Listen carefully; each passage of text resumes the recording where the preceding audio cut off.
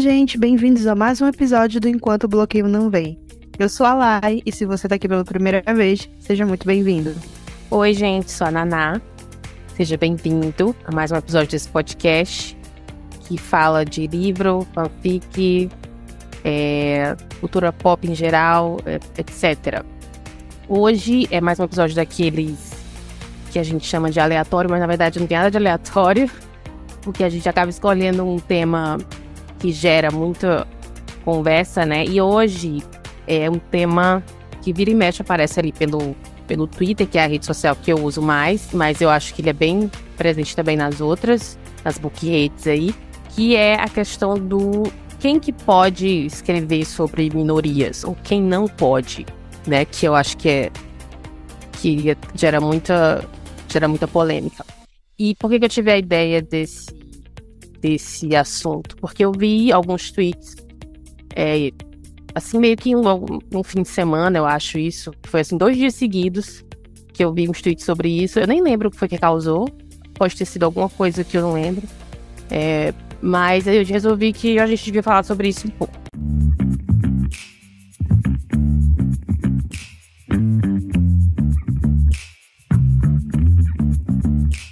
Então, a primeira coisa que eu vi... não sei se foi a primeira, se foi nessa ordem, mas enfim. Foi uma mensagem anônima numa dessas contas que recebe, né? Mensagens anônimas de uma pessoa que se dizia negra e gay, acho que era um rapaz. E ele se dizia incomodado que os autores estavam com medo de escrever sobre pessoas gays e negras, principalmente negras, porque ele disse que o Brasil tem muitas pessoas negras, a maioria das pessoas é miscigenada, e que devia ser normal escrever sobre isso, que as pessoas estavam obcecadas em leitura crítica, que ficavam cheios de dedos para escrever sobre isso, que tinham medo de ser racistas, blá, blá, blá, blá, blá. E aí, essa mensagem causou várias reações ali nas respostas, né? Como sempre, reações muito normais. Algumas pessoas dizendo que não tinha problema nenhum as pessoas terem receio, e que o certo era que realmente elas procurassem a leitura crítica, porque esse é o trabalho das pessoas que trabalham com leitura crítica. Tinha também pessoas dizendo que na verdade, quem tem receio de escrever sobre isso deveria nem escrever, porque se não se sente preparado, é melhor não fazer qualquer coisa. Aí tinha outros dizendo que não entendia porque que as pessoas estavam com raiva disso, que, enfim, tinha todo tipo de resposta. E aí logo depois tinha outra mensagem, que era tipo uma pessoa falando que estava escrevendo uma história com uma protagonista que era LGBT e birracial, né, que é ali pai negro e mãe branca ou vice-versa, e que ela tinha medo de que a história dela, que as pessoas não gostassem da história dela porque não tinha foco na questão dela ser parte dessas minorias. E aí, novamente, respostas normais. Gente dizendo que era bom assim mesmo, que não tinha nada que focar nisso, que não precisava, e outros dizendo que não, que tinha que falar disso sim, blá blá blá, enfim. E aí teve outras que eu não salvei aqui, mas eram todas nesse mesmo tema, né? Gente que acha que fulano pode escrever, que fulano não pode. Tem outra que eu não salvei aqui, porque eu não achei, que era uma pessoa dizendo que estava cansada de ter que escrever com minorias. Eu entendi que ela já escreve, né, alguma coisa. Tava cansada de ter que escrever com minorias. Toda história agora tinha que ter alguém da comunidade LGBT, blá, blá, blá. Aí esse gerou mais confusão ainda. Tinha lá, sei lá quantos quotes. Gente falando que... Um cheirinho. Mas aí também um cheirinho de homofobia, não é? E aí a pessoa falando que não tinha nada que escrever então se não queria, que ninguém era obrigado a escrever, colocar a minoria nessa história, blá, blá, blá. E aí, quando eu vi essas mensagens, eu disse, pô, mas as pessoas estão meio loucas nisso aqui, né? Eu acho que a gente tinha que falar sobre isso. Foi isso que gerou a minha ideia do episódio, falando sobre isso. E aí isso gera alguns tópicos, né? Primeiro, na minha opinião, eu acho que o principal é quem que pode escrever sobre minorias? É só quem faz parte dessas minorias? A resposta sempre seria não, né? Você não é obrigado a fazer parte de uma minoria para escrever sobre ela. Mas me parece que isso divide muito opiniões. Eu achava que não, mas nesse dia eu fiquei surpresa com as reações das pessoas. Então, assim, a questão toda do quem é que deveria escrever. E aí a gente entra, na verdade, num ponto assim. Obviamente tem um princípio que diz que você escreve o que você sabe, baseado na sua vivência, etc. Mas aí, lembro também no outro preceito, de que você escreve as coisas que você consegue imaginar. Então eu acho que é muito além do o que você sabe e o que você consegue imaginar, é o meio disso. Digo isso eu sendo uma pessoa branca e tal, cis. E nisso entra toda essa questão de mas aí se eu escrever... Eu escrevo muita gente asiática, né? Eu escrevo fanfic. Atualmente, a maioria das coisas que eu escrevo são fanfics de idols, então, tecnicamente, eu não deveria estar escrevendo, porque afinal eu sou uma pessoa branca. É complicado. Eu acho que não tem nada a Né? ver. Até porque... Mas aí... Não, mas aí entra a questão toda do poder. Eu acho que a maior reclamação toda, né, de só a minoria escrever sobre, eu acho que tá envolvendo justamente o imaginar e o saber sobre, né, sobre aquela situação. Porque o que tem de muita gente que vai escrever, eu vejo isso muito na comunidade LGBT, que a pessoa vai escrever e chega falando assim, eu vejo muito nesse tipo de post mesmo que tu falaste, sabe? Que jogam a dúvida e uma galera tira, uma dúvida é anônima e tal. Uhum. Eu tenho um casal gay, um casal lésbico, e eu não sei como retratar o romance entre eles, não sei o que, e eu fico olhando assim, gente, é um romance outro qualquer. É romance como outro qualquer, não tem um ponto, não tem, eu disse assim, vocês estão procurando por estereótipo. E aí é que é a questão, sabe? Eu acho que não é que todo mundo pode escrever, sim, mas a pessoa tem que ter uma noção, sabe? Literalmente noção, não uma noção, tipo, estudar e tal. Não, tenha noção, sabe? Tenha juízo, tenha... Eu acho que é isso, eu acho que é o que falta também muita gente. Eu acho que depende muito do que você vai escrever também. Por exemplo, eu não sou escritora, não sou autora de nada, gente. Eu gosto de escrever fanfic também. E eu, como a mulher preta, eu gosto de escrever mulheres pretas. Eu sempre escrevi mulheres pretas. Acho que a personagem com a pele um pouco mais clara que eu já escrevi foi justamente a da fanfic que a gente tem junta. Que, na época, o Face Clan era a Adriana Lima, que não é branca. Ela é miscigenada, ela é indígena, ela tem a África lá na descendência dela, enfim, ela não é branca. E eu não escrevi ninguém branco. As fanfics que eu escrevi de K-pop eram asiáticos. Isso por quê? Por que eu escrevo mulheres pretas? Porque eu gosto, eu me identifico. Mas as minhas histórias, não tem nenhuma delas sofrendo racismo. Eu poderia escrever? Poderia. Ou não sei, porque eu nunca, do meu lugar aqui de privilégio, eu nunca sofri racismo abertamente. E talvez eu não tivesse bagagem pra falar sobre isso numa história. Talvez não, eu poderia estudar sobre isso. Eu conheço pessoas que passaram por isso, sim. Mas eu não gosto de escrever sobre isso. Eu não quero. As minhas personagens, elas são ricas, todas. Elas são bem-sucedidas. E o único problema delas é amoroso, sempre. Entendeu? E aí que entra a questão. Se você for escrever sobre uma minoria, você precisa escrever essa minoria sendo discriminada ou oprimida? Eu acho que não. Não necessariamente. Lembre do meme, né? A gente quer história com gays trambiqueiras. Ninguém quer mais história de gays sofrendo. E eu acho que é bem por aí. Eu leio histórias com racismo. Leio, já li. Eu prefiro romance. Eu prefiro pessoas gays, pessoas pretas sendo felizes. Eu gosto mais. Então, essa questão de você deve escrever ou não sobre sobre minorias, eu acho que você pode. Mas aí depende da história que você quer contar. Se você quer contar um romance entre duas pessoas, se a sua história é uma história feliz, talvez você não precise falar sobre racismo, ou talvez você possa mencionar isso muito sem se aprofundar tanto sobre isso. A gente viu isso no livro... Qual é o nome do livro? Ano passado? Que a gente falou que a gente gostou do jeito que ela... Chloe Brown. Isso, esse, mas teve outro também. Qual era? Instituições para Dançar. Que ela abordou isso de um jeito bem interessante. Ela não ficou 10 páginas falando sobre o racismo. o sobre privilégio branco. Ela falou isso numa página, num diálogo. E pronto, eu achei que ficou ótimo.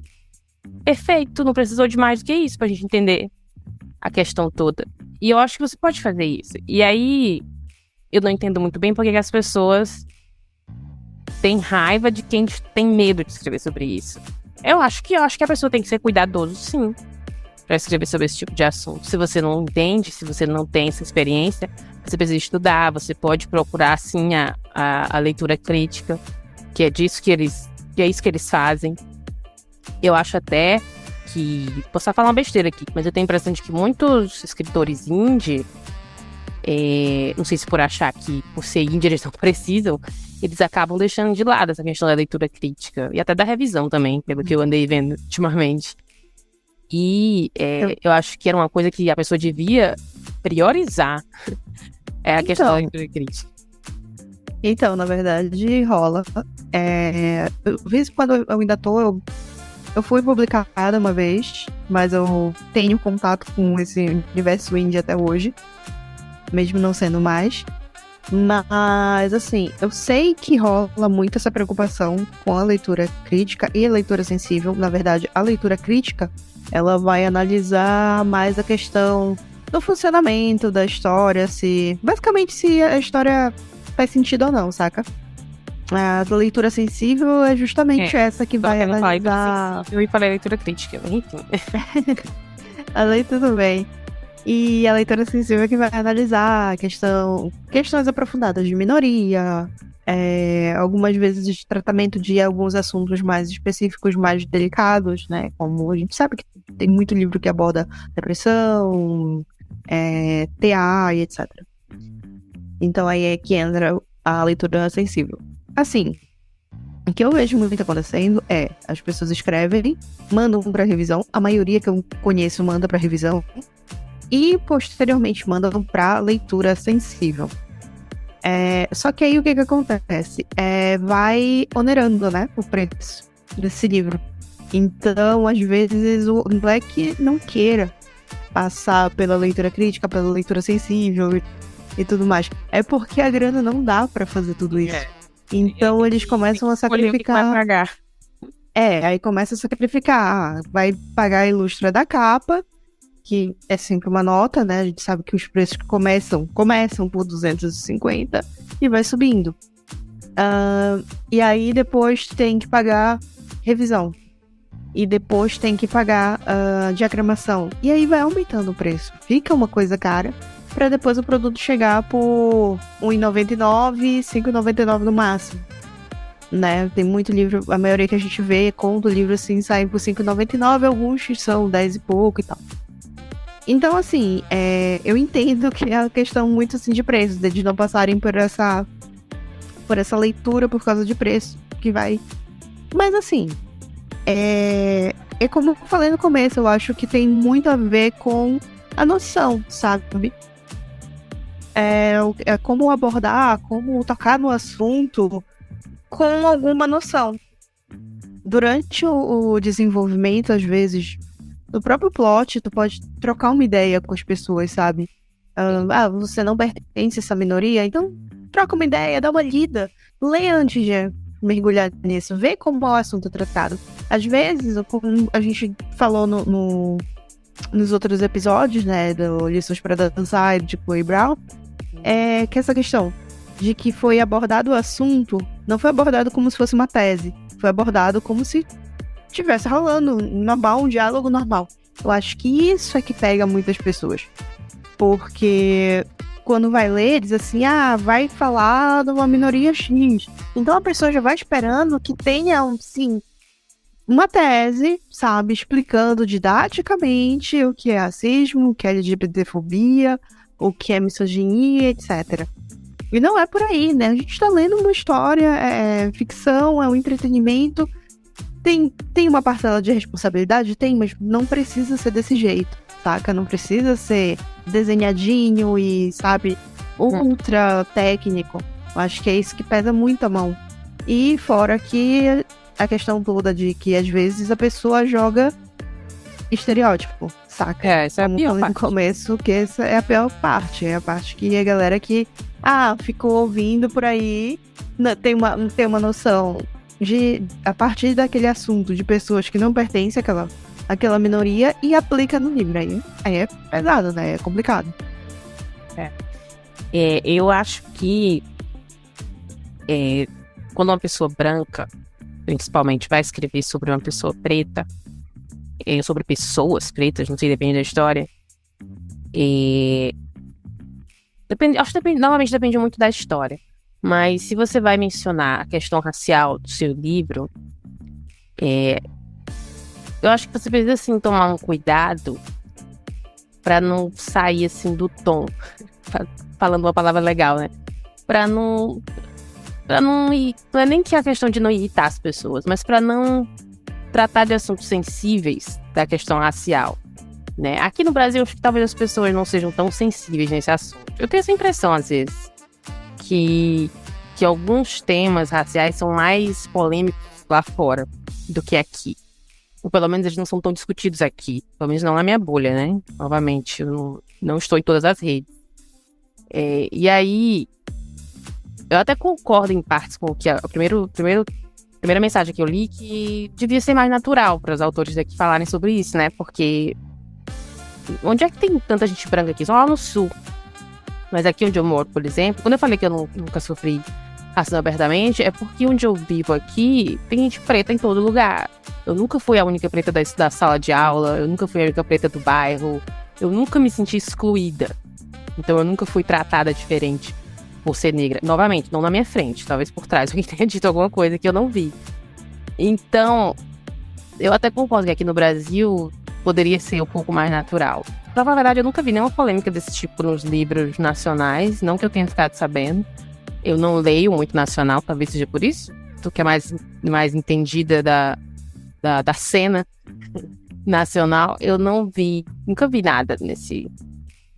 No sentido de racismo, não, mas o que eu já vi umas paradas de LGBTfobia, até mesmo de gente da comunidade metendo os pés pelas mãos, eu fiquei meio assim, sabe? Mas, Aí, eu tenho a impressão de que os livros LGBTQ dão mais polêmica aqui no Brasil do que livros com temática racista. Não sei se é impressão minha, mas pelo que eu já vi pelo Twitter, a maioria das polêmicas que eu vejo envolvem mais LGBTQ.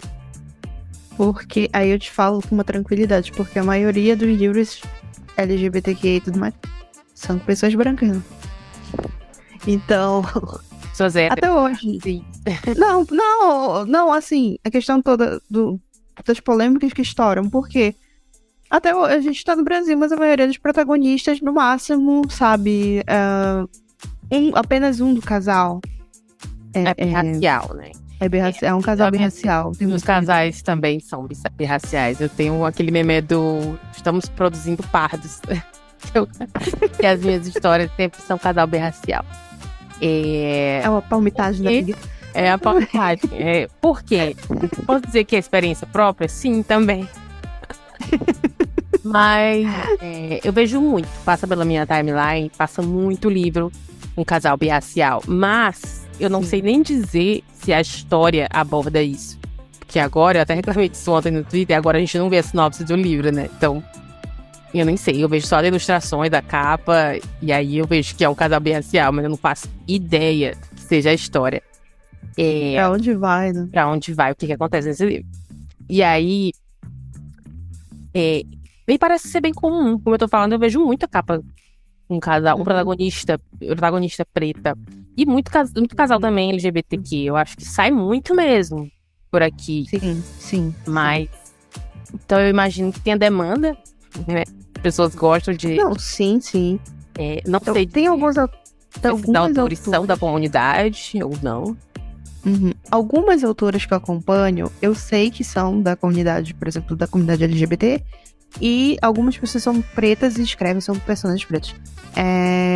Eu tenho uma autora específica que eu sempre recomendo muito, que eu gosto muito dos livros dela, que é a autora de O Medo é Feito de Gelo. Eu falo até com cuidado, porque eu sempre falo errado o nome desse livro. Eu gosto muito dele, mas eu sempre falo errado.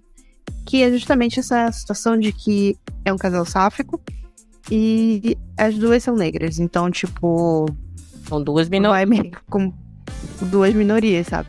E pelo fato da própria Eglantine ser uma pessoa negra e ser também da comunidade, então eu acho que a forma como ela foi escrevendo, sabe, é bem coerente e tal.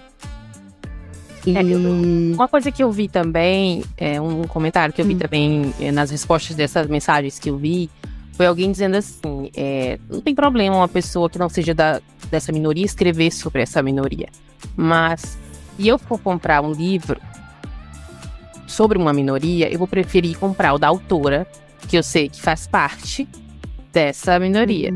E aí eu achei coerente. Sim. Eu digo, E porque faz sentido. mas E faz sentido, justamente isso. É justamente isso. O cuidado com que a pessoa vai abordar o assunto, o conhecimento que ela vai abordar o assunto vai ser completamente diferente de uma pessoa que não é da comunidade e vai fazer isso. Inclusive, eu sempre. eu vi um vídeo uma vez. Na verdade, eu não vi o vídeo, eu vi a thumb e vi o nome do título do vídeo.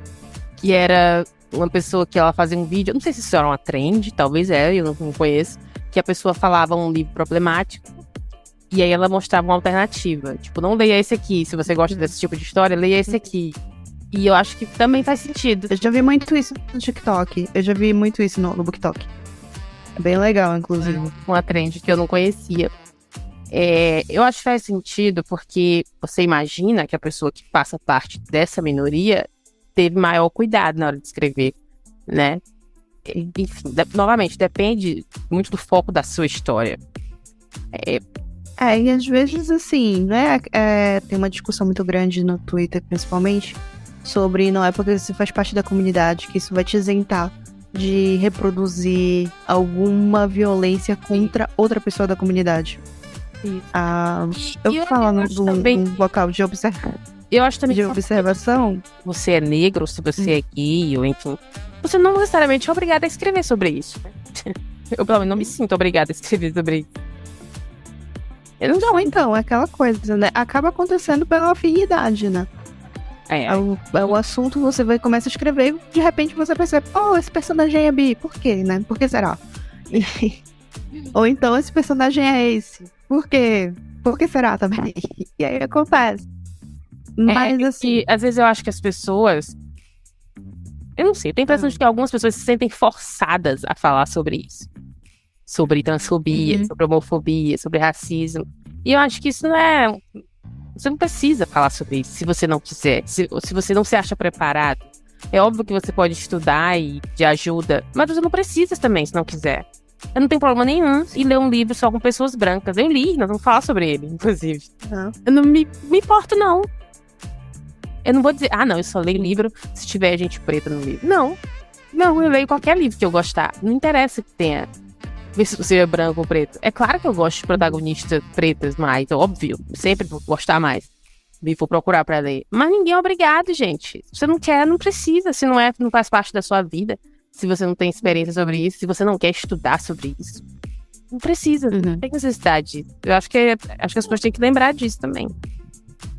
E fora aquilo também, né?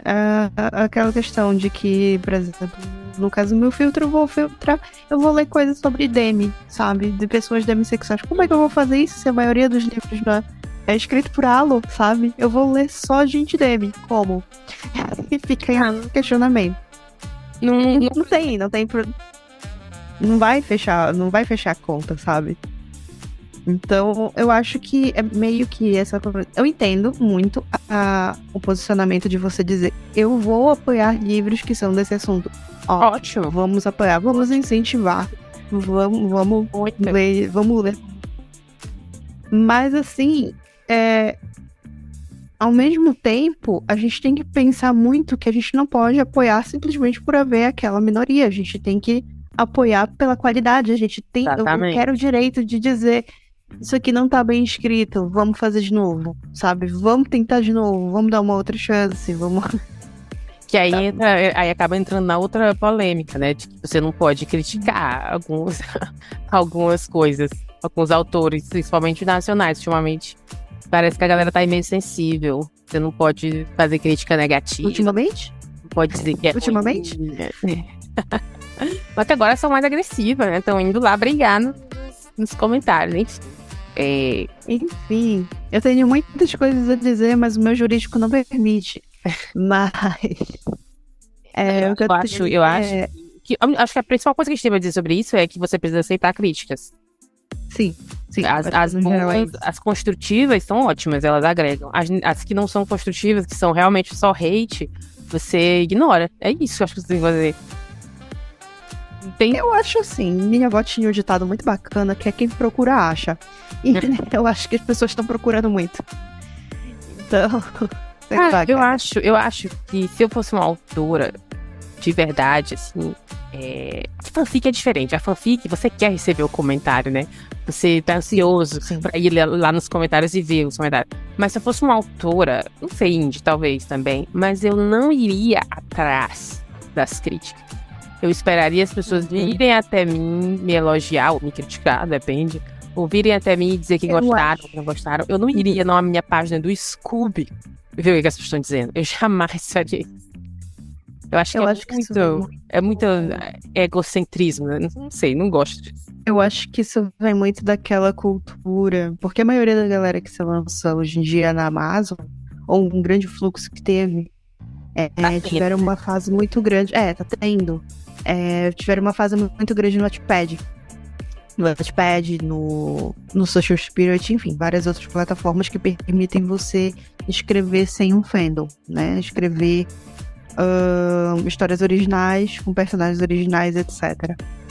E nesses tipos de site, eles te permitem uma interação automática, sabe? Você posta um capítulo e você vai recebendo notificações dos comentários naquele capítulo. E isso, geralmente, para quem tem esse pouquinho... Uma vez eu comentei aqui que escritor é bastante egocêntrico. É um pouquinho, ou menos um pouquinho egocêntrico. Tem que ter isso dentro de si, que é essa coisa de ser alimentado pelo comentário. Então, ninguém tá lendo, às vezes dá uma retraída. Mas se você recebe um comentário, você ganha um combustível para continuar escrevendo aquilo. E eu acho que vem daí essa questão de ficar procurando, sabe? E ir atrás de comentário no Scooby e fazer ego search, sabe? Na rede social. E só que a gente não, né? Que não faço mais parte disso.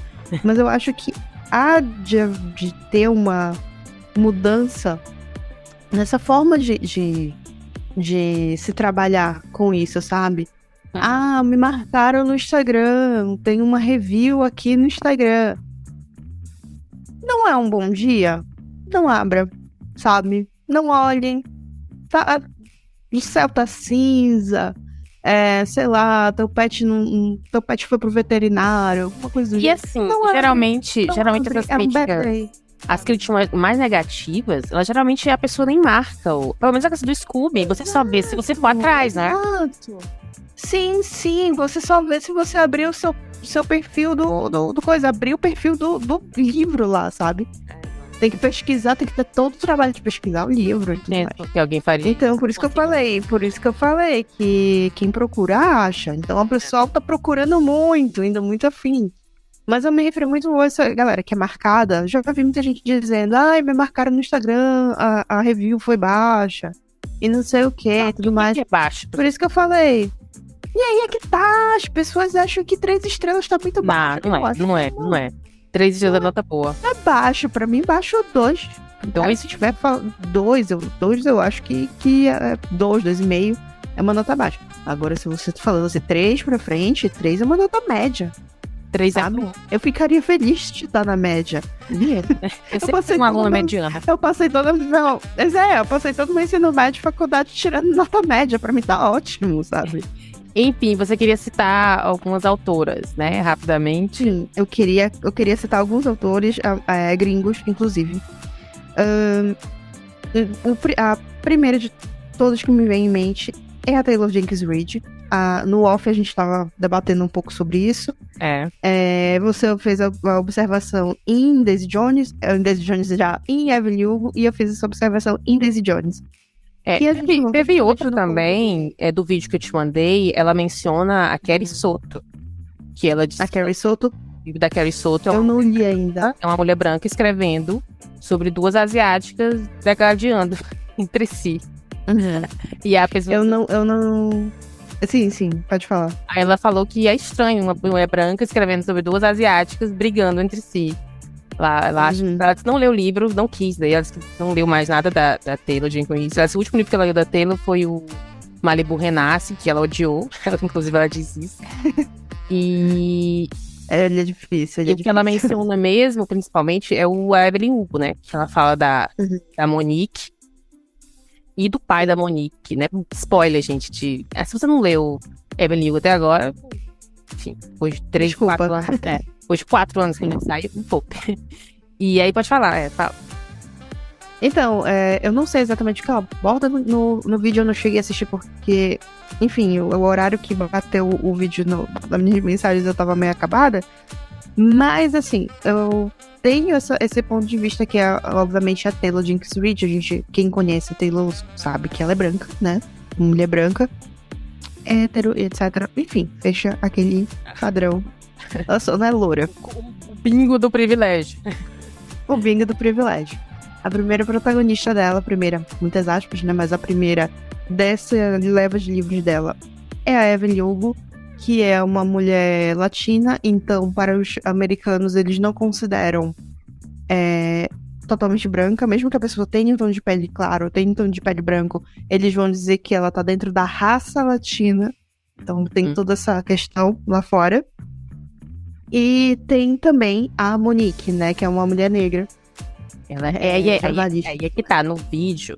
É que a Monique, ela é mestiça, né? O pai dela é negro, a mãe dela é racial. E a forma... Mas a leitura que a gente faz da Monique é que ela é uma pessoa de pele escura. Isso. Só que aí, eu não tinha percebido isso na primeira vez que eu li esse livro. E eu fiquei horas pensando nisso ontem, do porquê que eu não notei isso. Talvez a gente tenha que falar sobre isso em outro episódio, talvez não dê tempo hoje. Talvez a gente tenha que fazer um episódio de Evelyn Hugo, será? Vai acabar sendo isso. Porque eu acho que o hype que eu tava pra ler esse livro, porque eu li esse livro por causa do hype. Isso não é um tipo de livro que eu leio, não é um tipo de livro que eu vou procurar pra ler. Eu já tinha visto sinopse e não tinha me interessado. Eu fui ler única e exclusivamente porque todo mundo tava falando desse livro. E eu acho que esse hype me fez não enxergar algumas coisas. É a única explicação que eu consegui chegar depois que eu vi esse vídeo. Porque ela lê um trecho desse livro, que ela lendo, eu escutando ela ler essa parte, eu fiquei, meu Deus, como eu não percebi isso quando eu li? Sabe? Porque é no começo do livro ainda. E ela fala justamente isso, que a Monique, a questão da Monique ser birracial, ela é tratada de um jeito meio estranho, meio esquisito, sabe? Ela fala lá que quando ela... Primeiro começa no diálogo lá que ela pergunta pra Evelyn se ela é lésbica. E aí a Evelyn tem uma reação totalmente desproporcional. Isso eu percebi da primeira vez que eu li. Muito irritada, né? E aí, beleza. Mas aí eu acho que eu tenho uma justificativa pra reação. Não, eu entendo a reação dela. A gente sabe que bifobia existe, acontece, as pessoas são invalidadas, beleza. Eu sei disso. E mas como a questão toda achei um pouco exagerado. Não, eu acho que é porque a Evelyn passou a vida toda dela brigando com a Célia por ela subir. Isso, também. Então, foi basicamente isso, sabe? Então, aí essa parte eu entendo. Essa parte eu consigo entender. E aí, quando a Monique vai pedir desculpas sobre isso, ela tem ali um monólogo que da primeira vez que eu li, eu não achei importante. Mas ontem, quando a moça tava lendo um vídeo, eu fiquei, meu Deus, como eu não percebi isso antes? Ela fala uma coisa meio esquisita, comparando ela ter invalidado a sexualidade da Evelyn com a questão dela ser birracial, porque todas as pessoas enxergam ela como sendo negra, mas ela não é negra. Ela tem um pai negro, a mãe dela é branca. E aí, é uma coisa tão esquisita essa comparação, e na hora eu não percebi isso. E aí tem outras coisas que ela fala também, a questão do único personagem negro da história, fora a Monique, que é também uma protagonista no livro, e que eu também não notei, eu não sei como, eu não notei o quão pequeno o papel da Monique é nesse livro, que não deveria Toda ser. a trama dela gira em torno de uma mesa de centro. Por isso que eu tô falando, a gente tem que fazer um episódio só sobre a Evelyn Hugo, porque a gente consegue entrar em vários pontos. Eu não gosto muito do Evelyn Hugo, mas enfim. Enfim, termina, eu concluí. Ia falar disso, ia falar de Daisy Jones, não vai dar. Sim, eu só queria pontuar isso, né? Que a protagonista primeira dela é a essa mulher, né, que ela é latina, a outra protagonista é uma mulher negra. No segundo livro, a gente tem vários protagonistas brancos, né? A banda do Daisy Jones é formada por músicos brancos, mas tem uma personagem negra em toda a história. Ela é negra no livro também? Eu tinha entendido que ela não Ela é negra no Ela é negra no livro. Mas aí... Tá, eu entendi errado. E aí entra num ponto que me pegou enquanto eu estava lendo. Eu sempre falo que é meu livro favorito, né?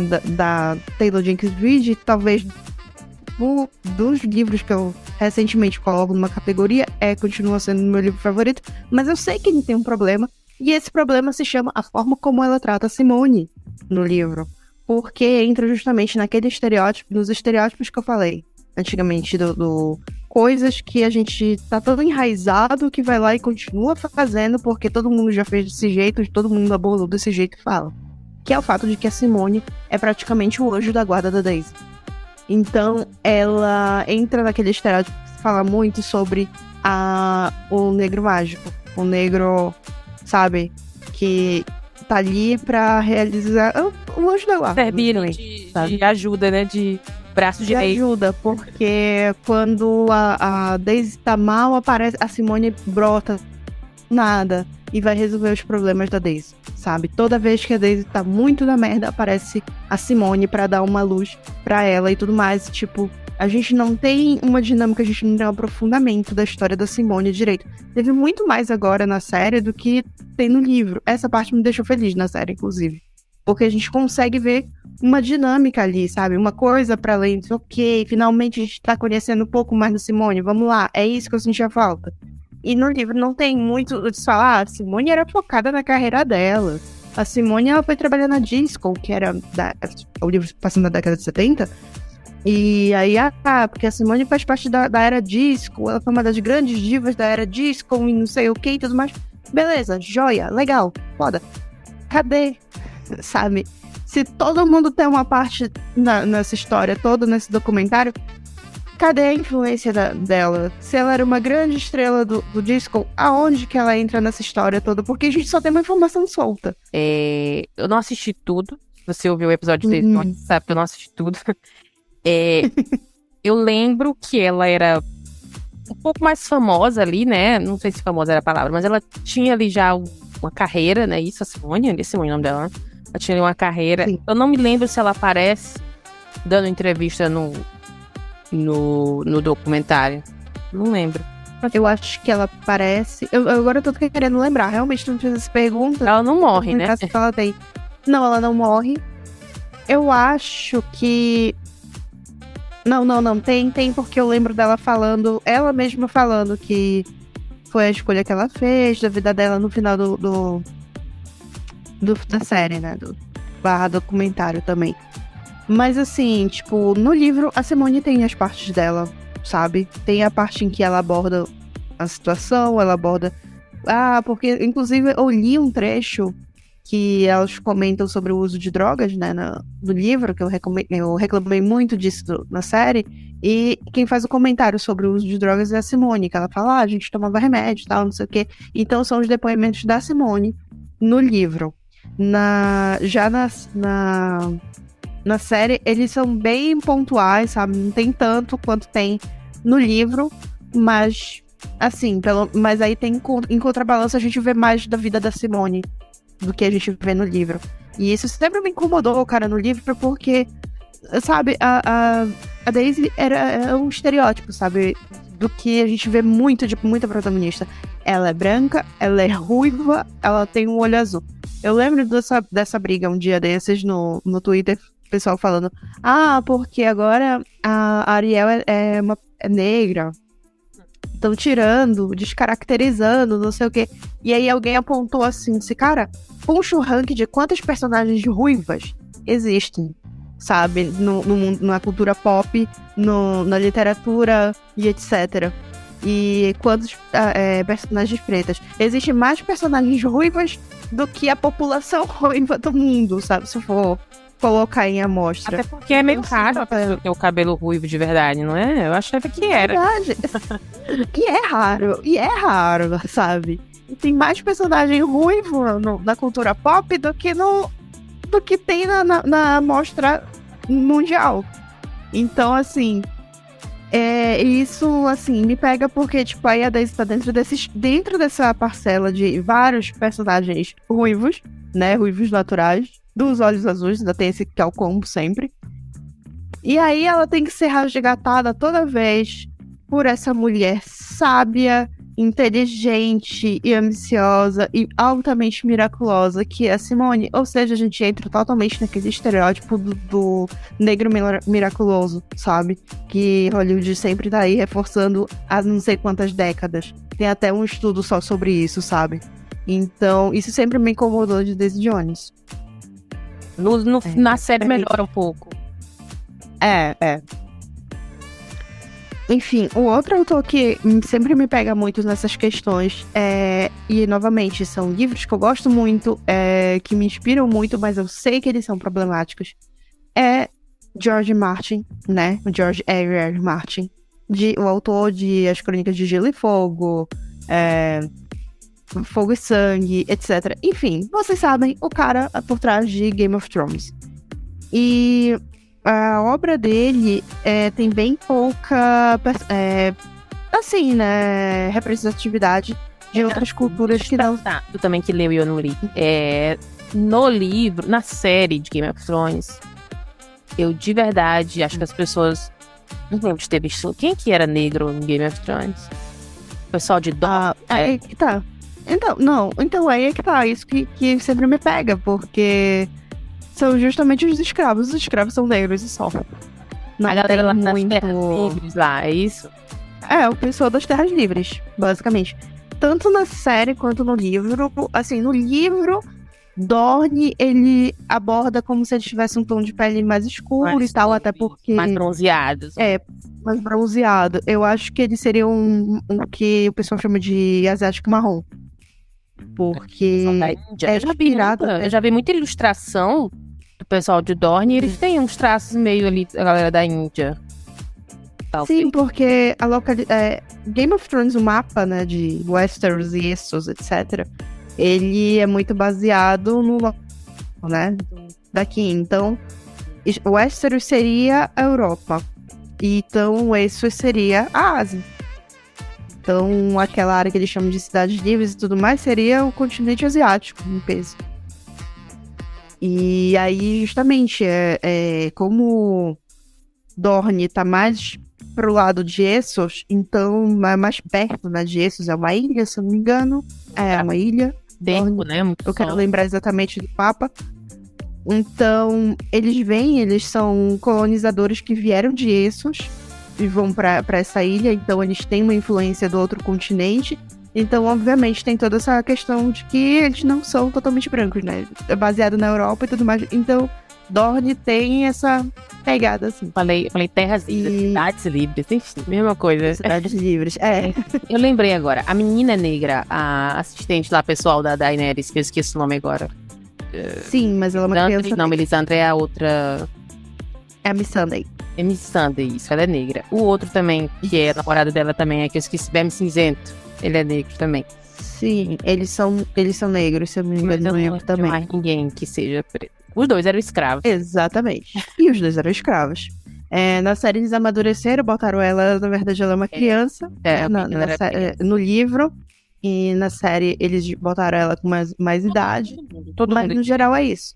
Todo mundo é mais... todo mundo mais velho, né? A própria Daenerys, ela é adolescente, na série ela é uma mulher de 20 e poucos anos. Então a primeira vez que a gente tá vendo negros em papéis importantes é na Casa do Dragão, que são os Valerion, né? Exatamente.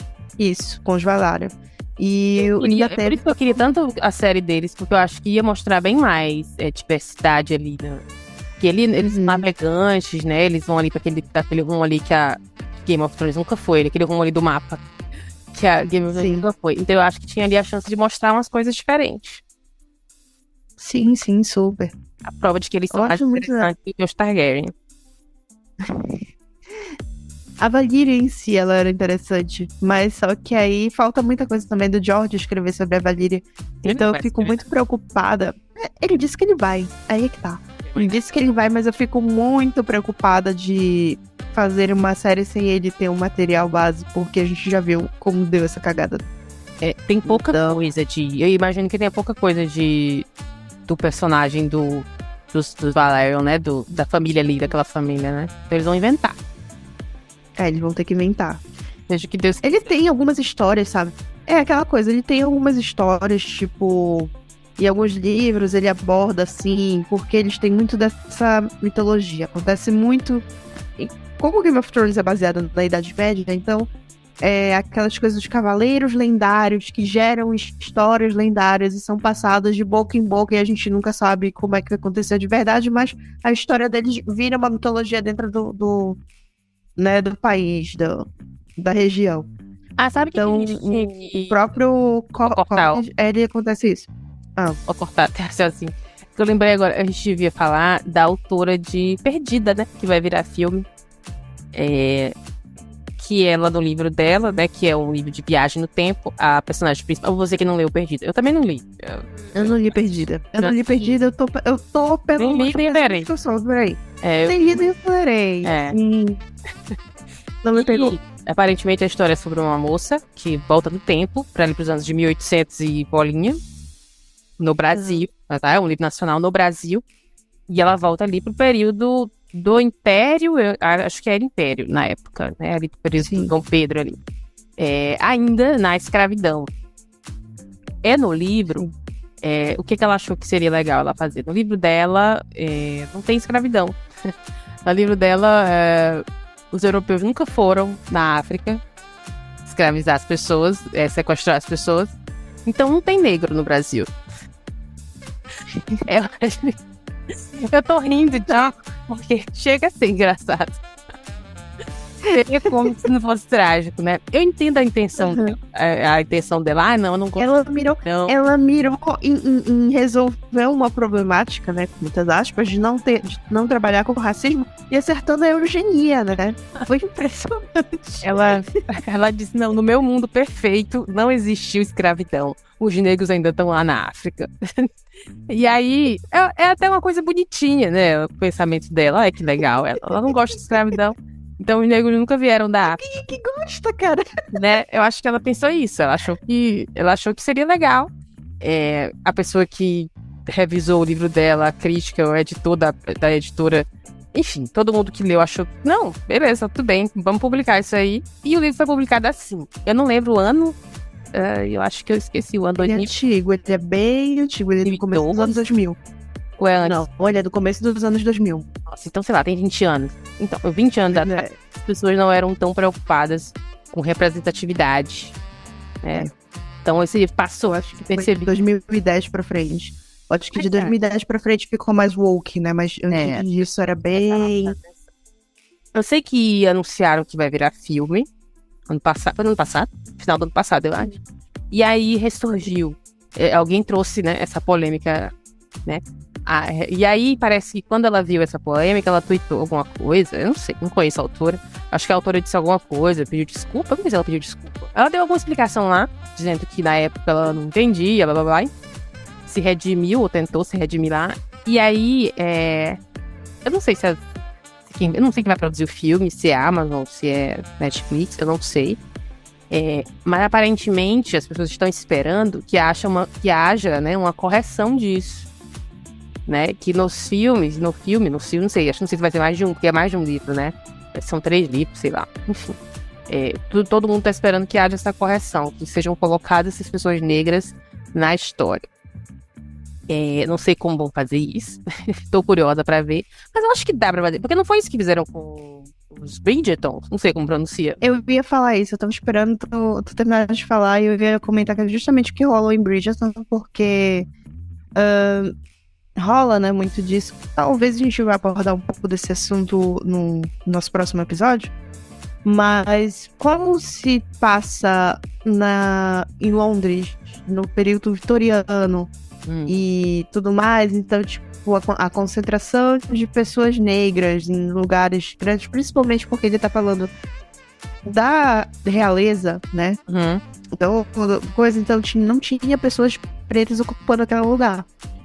E aí, eles fazem essa modificação na série, né? Eles, inclusive, dão uma justificativa dizendo que a própria rainha é uma pessoa negra. Então, a partir daí, ela mesma vai dando títulos para as outras pessoas negras, e aí a sociedade tem indianos e indianos que entram, né, no asiático marrom, e pessoas negras e tudo mais estão ali, sabe? Por igual. Não é abordado o racismo também na série toda, mas a gente vê a presença ali, tipo, então, tipo, há o personagem negro, há o personagem, né, branco, e há o personagem marrom e tudo mais, mas essa não é uma questão toda. Mas, em compensação, não é aquele elenco 100% branco como era no livro. Então, acho que, não sei, talvez aconteça isso. Eu acho que sim, eu vejo uma melhora, sabe? Eu não li. Tem... Eu não li esses livros, então eu não sei se... Eu li dos livros de Bridgerton, eu só li o segundo, porque é o casal que eu gostei, né? Que é Catone. Mas tem toda essa questão, tipo, no livro a Kate é uma mulher branca, loura, etc. E na série ela é indiana, né? A Katanya Sharma. Né? Ela deixa de ser Catherine pra ser... As pessoas reclamaram? Katanya. Não aceitaram, bem de boas, inclusive. Tanto o dela, até porque na primeira temporada o Duque, né, saiu de ser um branquelo básico e passou a ser o Duque que a gente conhece, né, que é o... Esqueci agora o nome do ator, que ele é negro, ele é muito bonito, e tanto que ele virou grande crush de todo mundo, e todo mundo assistia a série por causa dele. Mas enfim. E eu acho que deu, assim, uma solução... Não digo que uma solucionada, sabe? Não é... Melhorou. Tá tapando, mas melhorou, sabe? Na verdade, é uma correção, né? No caso dessa perdida, vai ser uma correção. Porque ela achou que tinha feito um negócio legal e... Muito legal. Ela podia ter encontrado qualquer justificativa para os negros terem vindo pro Brasil aqui, pro continente americano. Não precisava ser escravidão. Ela podia ter inventado qualquer coisa. Ela já estava inventando uma viagem no tempo. Ela podia inventar qualquer coisa. Era só ler um pouquinho mais adiante, sabe, no processo migratório do Brasil, mas tudo bem, acontece. Né? Pelo menos agora, acho que vão resolver essa questão. Acho, não sei. Não me interessa em ler o livro, também não me interessa ler e ver a série. Então, assim, bem eu. Boa sorte, vou esperar os comentários.